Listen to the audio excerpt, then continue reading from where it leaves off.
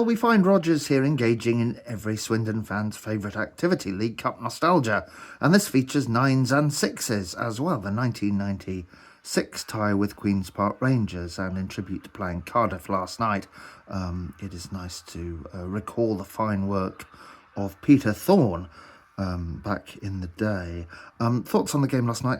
I think it was frustrating that Swindon neither couldn't produce that sort of second half pressing and intensity and really challenge Cardiff to play out in the way that they're in that more sort of mid-range defensive position, and Cardiff are able to gain momentum and a certain amount of swagger in the game. I've seen some criticism of the Ripley free kick, or the Colwell free kick that Ripley conceded, and I think you will just have to trust Rogers here, having seen it in person, that was a incredibly fiercely hit shot in the category immediately below Matt Taylor at Wycombe. I don't think it necessarily had all the movement on it of Scott Twine's finest, but I think criticism of that feels somewhat unfounded.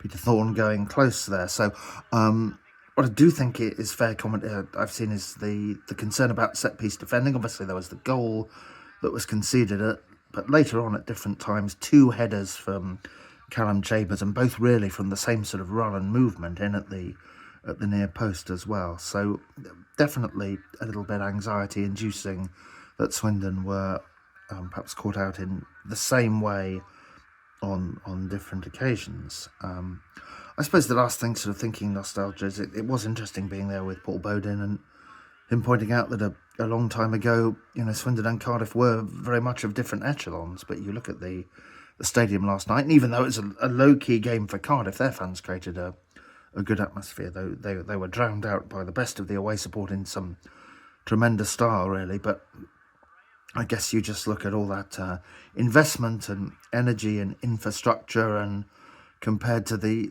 kind of stagnation that Swindon have had in recent years, and it does make for quite a reflective watch, really. I guess whether this is a good performance or not will really come out in the performances in the 2 games of the 2 promoted sides, Oldham and Barnet, that we've got coming up.